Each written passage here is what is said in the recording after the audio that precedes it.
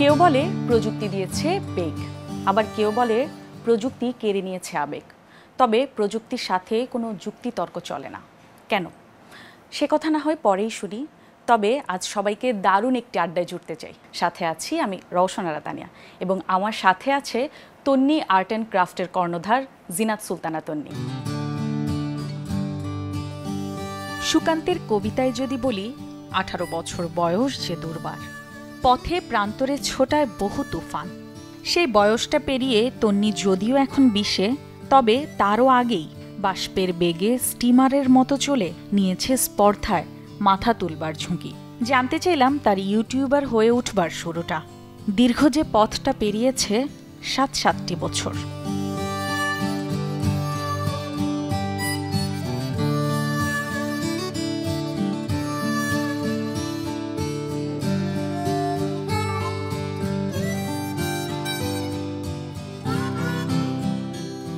আমার বেড়ে ওঠা কুমিল্লা থেকেই।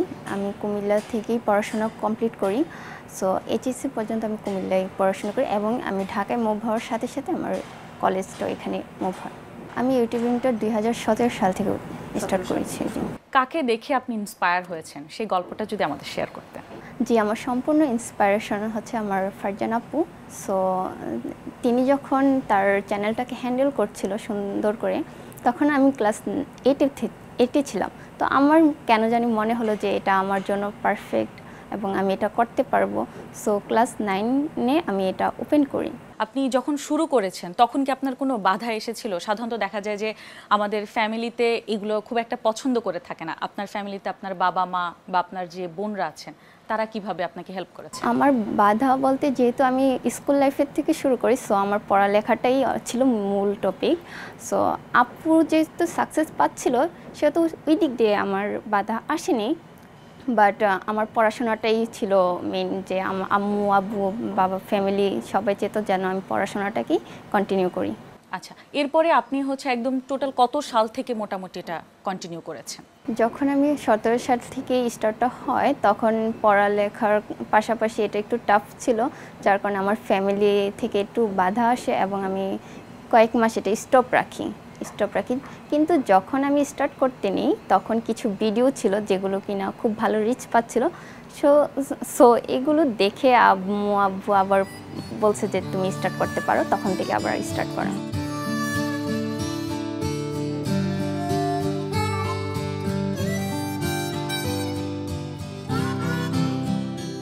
মানুষের মন তো ছুঁয়েছেন, সেও আবার আঙুলের করগুনে একজন কিংবা দুইজন নয়। তন্নি আর্ট অ্যান্ড ক্রাফটের সামিয়ানায় এখন শত হাজার লাখ পেরিয়ে কোটি মানুষের শোরগোল।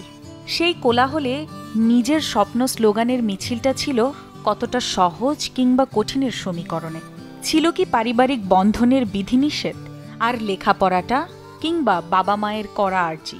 ডাক্তার নয়তো ইঞ্জিনিয়ার, বাঁধা পেরুবার মন্ত্রটা কি ছিল জান্নাতের? ভাইরাল দুইভাবেই হওয়া যায়, এক হচ্ছে বিনোদন আর এক হচ্ছে শিক্ষামূলক। তো আমি শিক্ষামূলকটাকেই চুজ করেছি এবং এটা একটু টাফ, যেহেতু নাচ গান বা কোনো কিছু নেই। সো এটা দিয়ে আকর্ষণ করাটা অনেক টাফ। বাট আমি বিনোদনটাকে বাছাই করিনি, শিক্ষামূলকটাকেই বাছাই করেছি এবং এটার জন্য আমি অনেকভাবে টেকনিক খাটিয়ে এবং কিভাবে তাদের রিচ অ্যাটেনশন পাওয়া যাবে সেটা আমি অ্যানালাইসিস করে তারপরে আমার চ্যানেলটাকে ভিডিওগুলো ক্রিয়েট করি। আচ্ছা, এটা যখন কন্টিনিউ করেছিলেন তখন তো আপনি পড়াশোনাও কন্টিনিউ করেছিলেন। পড়াশোনার পাশাপাশি এই ব্যাপারগুলো কতটা চ্যালেঞ্জিং ছিল? পড়াশোনা এবং ইউটিউবিং এটা খুবই চ্যালেঞ্জিংয়ের বিষয়। সো আমাকে খুব অ্যাক্টিভ থাকা লেগেছে দুটোটাতেই। সো এটা যখন আমার পরীক্ষা এক্সাম আসে, তখন আমি কাজগুলো খুব আগে থেকেই প্রিপেয়ার করে রাখতাম, স্টক করে রাখতাম, যেন এটা আমার পরীক্ষাতে কোনো এফেক্ট না ফেলে।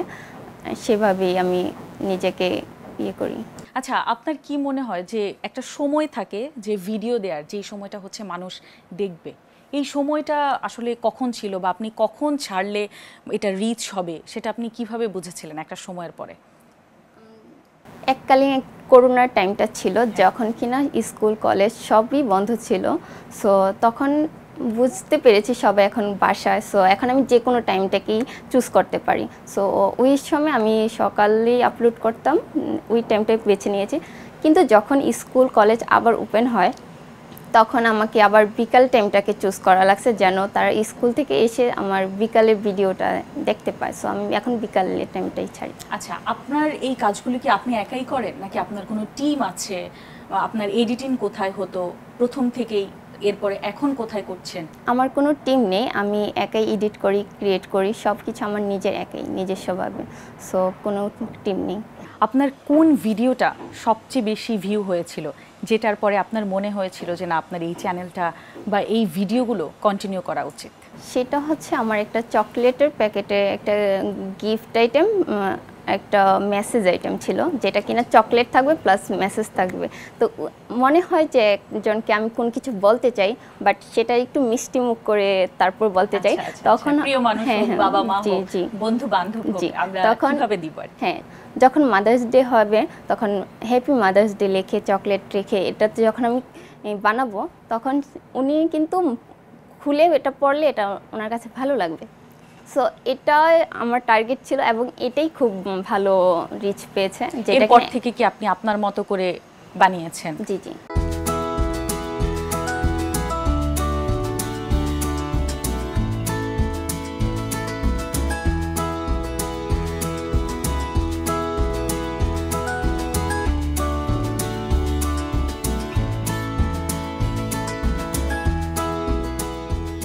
তন্নি নিজের কাজ নিজেই করেন, যেন একটা শ্রমবৃক্ষ, যেখানে ফুটে আছে ভিন্ন ভিন্ন ফুল, ভিন্ন তার ঘ্রাণ।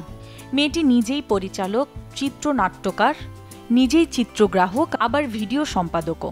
যে যুগলবন্দি সুরে জীবনের এমন যৌথ খামারে যোগ করেছেন একের পর এক বাটন। কি নেই সেখানে, আছে স্বর্ণ আর হীরের ঝলকানিও। জানতে চাইলাম অনুভূতিটা আসলে কোন রঙে হেসে ওঠে মনে। আর সেই ভিডিওটির গল্প, যে গল্পটা অল্প মানুষ নয়, দেখেছে সর্বাধিক।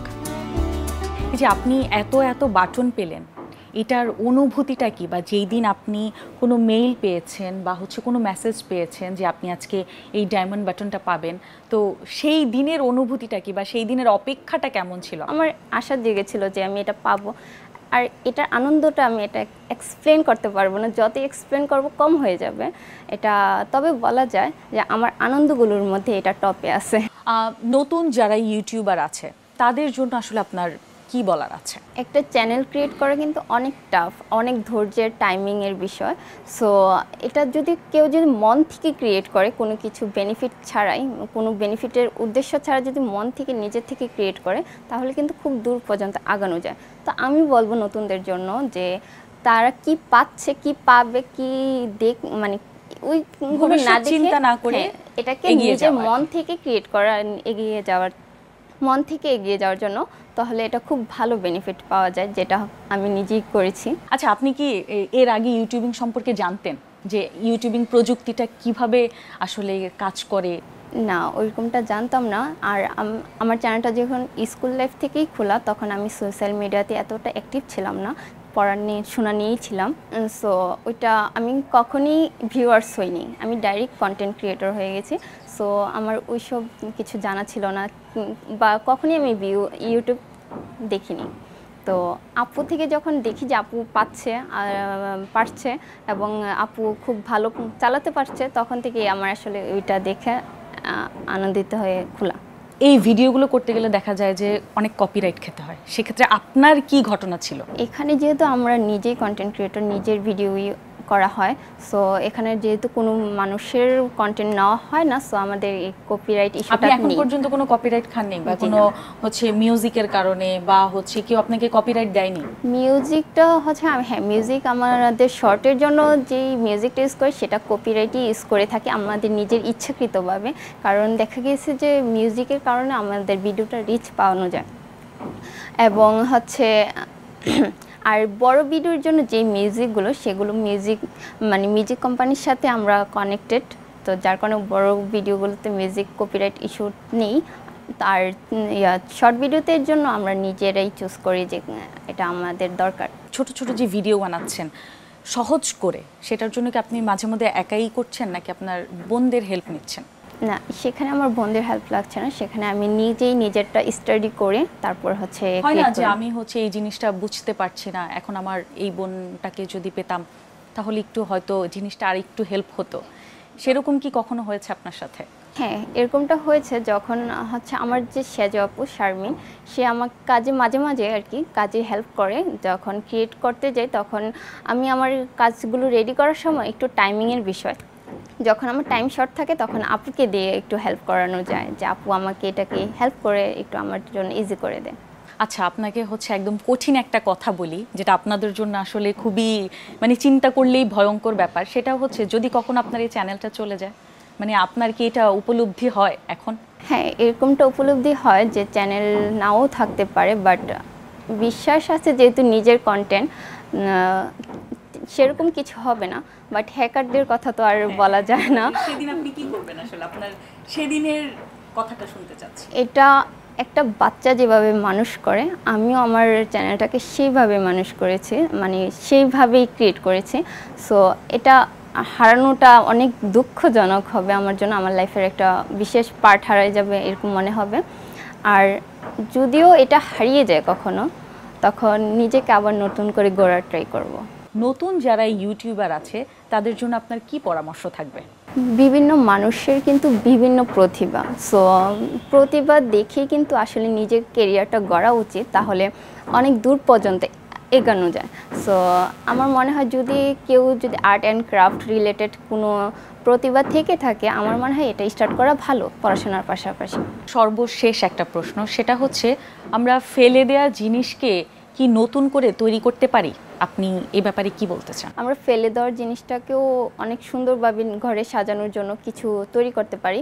যেমন হচ্ছে প্লাস্টিকের বোতলটা দিয়ে আমি পেন হোল্ডার, যে কোনো হোল্ডারই তৈরি করা যায় প্লাস্টিকের বোতল দিয়ে, এবং কি প্লাস্টিকের বোতল দিয়ে ফ্লাওয়ারও বানানো যায়, যেটা কিনা অনেকে ভাবে হয়তো বা ইম্পসিবল, বাট এটা দিয়ে করা যায়। আচ্ছা তন্নি, অনেক ভালো লাগলো, অসংখ্য ধন্যবাদ আপনাকে। আপনাকে অসংখ্য ধন্যবাদ।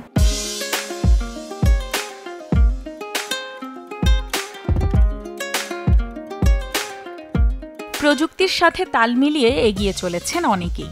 সামাজিক যোগাযোগ মাধ্যম ফেসবুক কিংবা ইউটিউব ব্যবহার করে নিজেকে তুলে ধরেছেন ভিন্ন রূপে।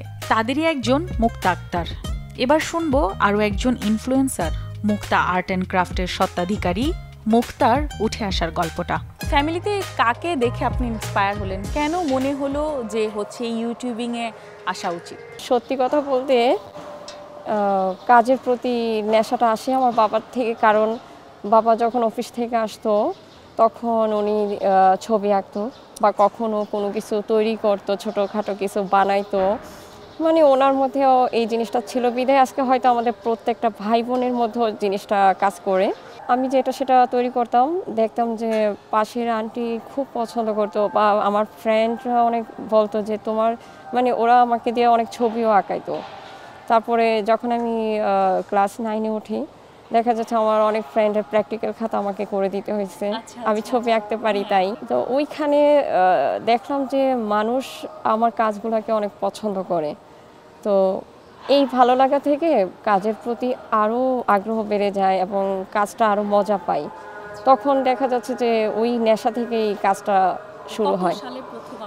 তো ইউটিউবটা যেটা বলতেছিলাম যে আসলে জবের প্রতি একটা ভয় কাজ করতো, যে মেয়েদের তো বিয়ে হলে সংসার প্লাস জব কীভাবে ম্যানেজ করবে। তো আমি আবার ইজি মানে লাইফটাকে খুব সহজভাবে এনজয় করতে চাই, যে খুব কঠিন হবে না। তো তখন ওই এই কাজের ফাঁকেই একটা সময় শুনতে পাই, যখন আমি প্রথম মোবাইলে ইউটিউব সম্পর্কে জানি, যেমন এই তো 2016 শেষের দিকে। মানে এর আগে আপনি ইউটিউব কি এটা সম্পর্কে খুব একটা জানতেন না? কারণ হচ্ছে তখন পড়াশোনা মাত্র শেষ হলো, তো মোবাইল তো তখন হাতে দিত না, ওই রকম একটা কড়া বিধিনিষেধ ছিল। তো ওইভাবেই যখনই হাতে পাই তখনই ইউটিউবটা শুরু এবং জানি ওই সময় আমি। তো তখনই মনে হলো যে সবাই এত সুন্দর সুন্দর ভিডিও করে, মানে মনে হতো যে আমি যদি একটু পারতাম। তো আমার ছোট বোন ফারজানা, সে তখন এটা নিয়ে আলাপ করে আমার সাথে, বলে আপু এরকম মানে শুনতে পাইছি ইউটিউব থেকে আর্নিং করা যায়, এরকম এরকম কি করা যায়। তখন আমরা দুইজন প্ল্যান করি, চলো তাহলে আমরাও এটা নিয়ে কিছু একটা করি, তাহলে তো আমরাও পারবো, এরকম একটা কনফিডেন্স ছিল পারবো। তো তখন আমরা শুরু করি আর কি। শুরুতে আমি আর আমার ওই বোনটা শুরু করি। তো দেখা যাচ্ছে কাজ করলাম, করার মাসখানেক পরেই আমার ভালো একটা সাবস্ক্রাইবার হওয়া শুরু করে, ভিডিওগুলো পপুলারিটি পায়।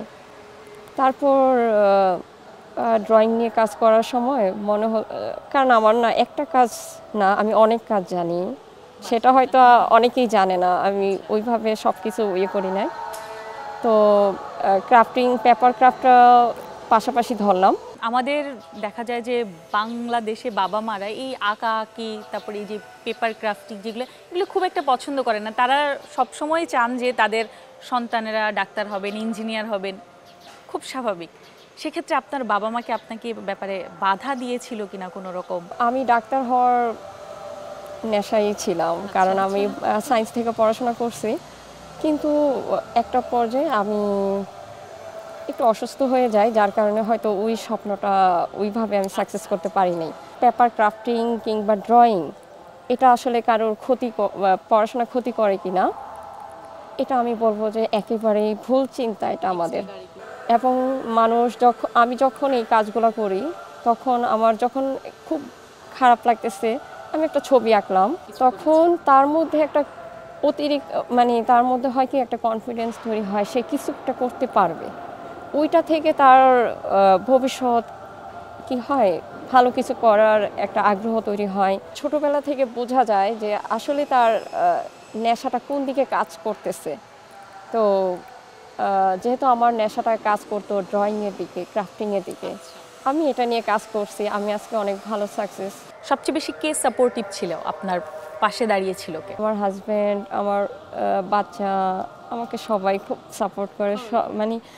ব্যাপার হচ্ছে কি, সবাই যার যার মতো ঘুষিয়ে চলতে পারে, আমাকে অন্যদিকে মনোযোগী হতে হচ্ছে না, তাই আর কি ডিস্টার্ব হচ্ছে না একদম। আমি আমার মতো করে আমি কাজ করতে পারতেছি। আচ্ছা, এই ব্যাপারে নিশ্চয়ই আপনার হাজবেন্ড খুব সাপোর্টিভ? খুবই সাপোর্ট করে।